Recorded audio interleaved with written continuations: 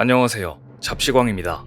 최근 중국에서 갑자기 로켓이 폭발하며 제대로 망신살을 당하는 일이 벌어졌습니다. 이런 가운데 연쇄적으로 핵잠수함이 침몰하는 대참사가 벌어지며 중국 군사력의 민낯이 제대로 드러났는데요. 이렇듯 돈은 돈대로 쓰고 제대로 된 성과를 내지 못하자 갑자기 중국이 돌변하며 한국을 맹비난하고 나섰다고 합니다. 한국이 하는 일이라면 꼬투리를 잡으며 공격하고 있다는데 자세히 알아보겠습니다.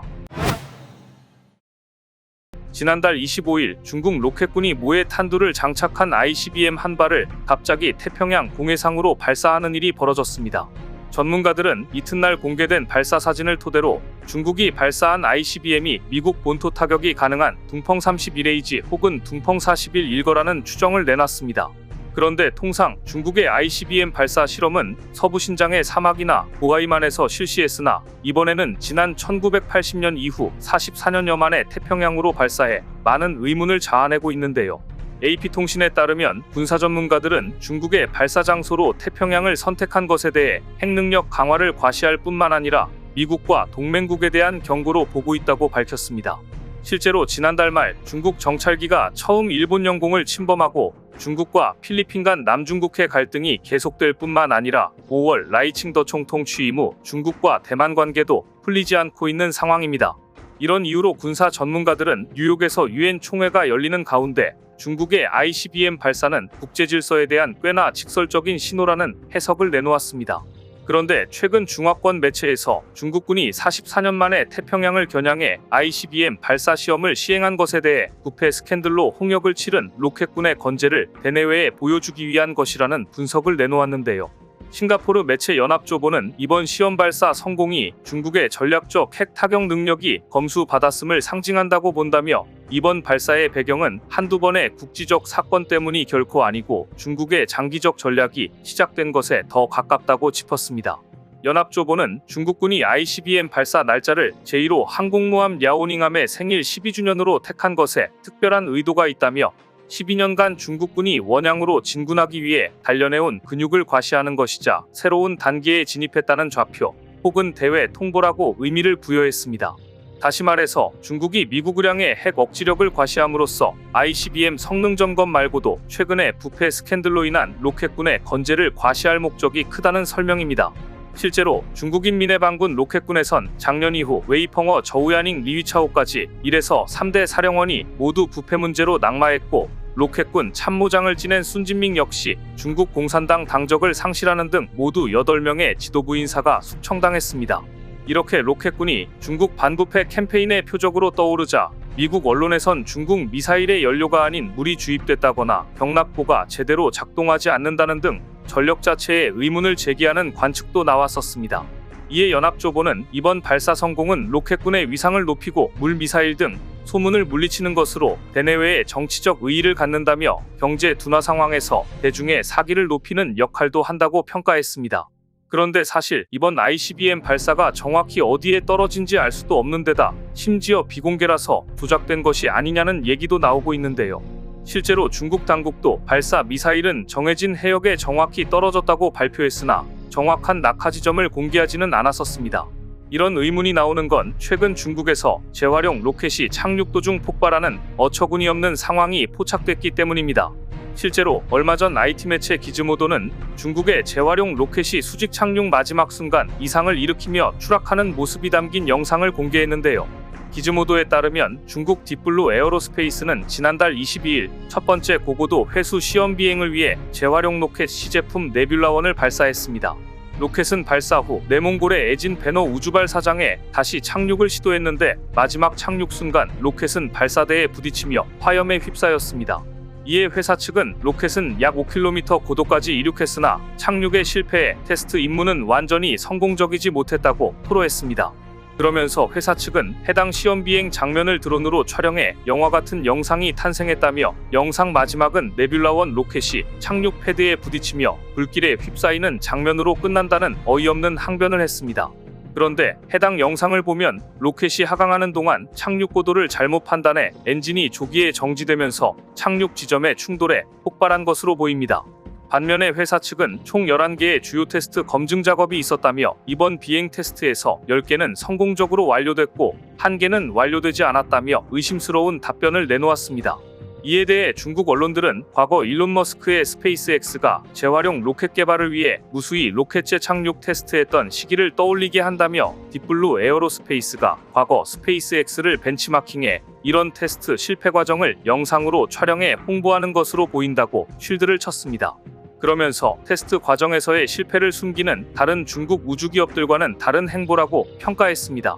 딥블루 에어로스페이스는 스페이스X의 팰컨9 로켓과 같은 재사용 로켓을 개발하는 중국 스타트업 중 하나로 중국의 기술이 얼마나 하찮은지 알 수 있는 대목입니다. 이번에 발사된 네뷸라1 로켓은 지름이 약 3.35m로 폭 3.65m인 스페이스X 팰컨9 로켓보다 약간 작은 편입니다. 해당 로켓은 약 2000kg의 탑재물을 지구 저궤도로 운반할 수 있고 확장 버전은 약 8000kg을 들어 올릴 수 있는 것으로 알려졌습니다. 반면에 스페이스X의 팰컨9 로켓은 약 25m톤을 지구 저궤도로 운반할 수 있고 팰컨 헤비 로켓은 약 64m톤의 탑재량을 실어 나를 수 있는 것으로 알려지는 등 중국이 밝힌 스펙이 뻥 스펙이 아닌 진짜인지 의심이 드는데요. 어찌됐든 이렇듯 최근 중국이 갑자기 억지력을 과시하고 있지만 자신들이 생각한 만큼 뜻대로 안 되고 있는 것은 분명해 보입니다. 그런데 최근에 중국에 더 큰 대참사가 발생하면서 중국이 발칵 뒤집어졌다고 합니다. 다름 아닌 중국 우한에서 개발 중인 최신형 핵잠수함이 침몰하면서 핵연료가 유출된 것 아니냐는 우려가 나오고 있는데요. 얼마 전 월스트리트 저널이 중국이 개발 중이던 최신형 저우급 공격형 핵잠수함이 지난 6월쯤 중국 내륙도시 우한의 조선소에서 침몰했다고 보도해 논란이 되고 있습니다. 월스트리트 저널은 미 당국자를 인용해 이같이 전하며 핵 잠수함이 침몰할 당시 핵연료를 싣고 있었을 가능성이 높다고 전했습니다. 보도에 따르면 양쯔강유역 중국 우한시 우창의 국영조선소에서 건조된 이 잠수함은 지난 5월 말 출항을 앞두고 마지막으로 장비를 갖추고 있는 장면이 관찰됐습니다.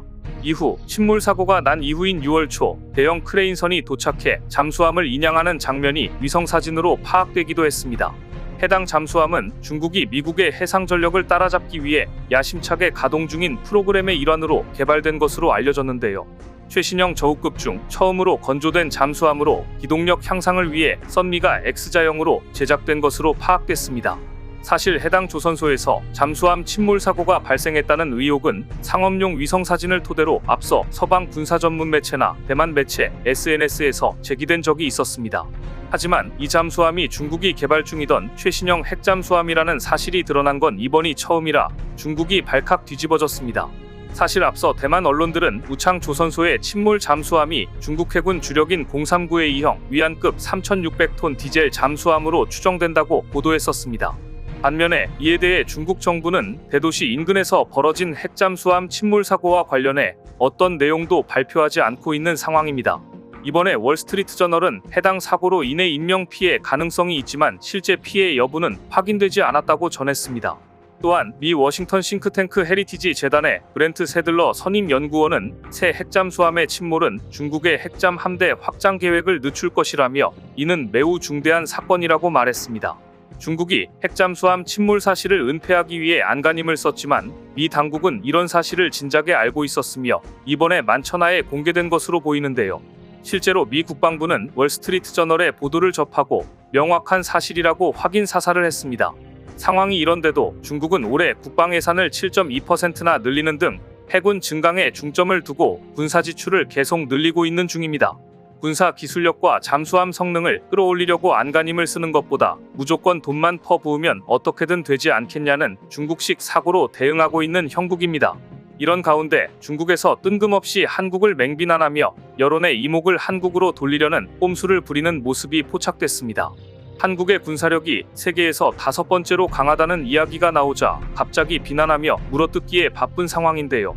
앞서 미국 군사력 평가기관 글로벌 파이어파워는 2024 글로벌 파이어파워 보고서에서 한국의 군사력이 작년보다 순위가 한 단계 상승한 5위를 기록했다고 밝혔습니다. 이에 대해 중국 언론은 경계하며 앞으로 군사력에서 한국을 무시하기 쉽지 않을 거라며 첨단 무기 체계와 무인기 개발에 투자하고 있는 한국 방산업계의 행보를 주시했습니다. 특히나 러시아보다 지상 전력이 강하다는 사실을 보도하는 등 군 병력을 줄이고 있지만 한국이 무슨 꿍꿍이를 벌이고 있는지 알 수 없다는 의구심을 드러내기도 했습니다. 중국의 한 언론은 이번 조사에 대한 객관성에 의심을 드러내며 한국에 로비가 있었던 것 아니냐는 말도 안 된다는 억측을 하기도 했습니다. 그러면서 심지어 한국이 왜 이렇게 국방비가 많냐며 비난하는 등 꼬투리를 잡고 있는데요. 최근 중국의 관영 매체 인민망은 한국이 내년도 국방 예산을 최대치로 편성했다며 열폭하는 모습을 보였습니다. 인민망은 한국의 국방비가 본격적으로 상승하고 있다며 보람의 전투기, 항공모함 등 주력 무기들의 개발을 위한 투자가 이어지고 있어 유사시 중국을 공격할 가능성이 커 면밀히 주시해야 한다고 전했습니다. 매체는 내년도 한국의 국방비는 무려 3.6%나 증가했다며 본격적으로 대규모 예산을 편성한 한국의 저희가 의심스럽다고 덧붙였습니다. 유독 중국이 한국의 군사력 강화에 촉각을 곤두세우며 예민한 반응을 보이고 있는 것 같은데요.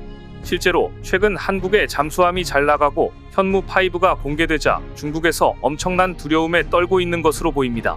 우리 군이 10월 1일 건군 76주년 국군의 날 행사에 핵폭탄급 위력을 가진 현무5를 공개하자 중국에서 예민한 반응을 보이는 등 등장만으로도 초조해하며 걱정이 태산이라고 하는데요. 중국이 왜 그렇게 억지력을 과시하려고 안달이 났는지 이해가 되는 가운데 한국에게는 상대도 되지 않는다는 사실을 이미 간파하고 있는 것으로 보입니다. 오늘 준비한 소식은 여기까지입니다. 댓글을 통한 여러분들의 많은 의견 기다리겠습니다. 시청해주셔서 감사합니다.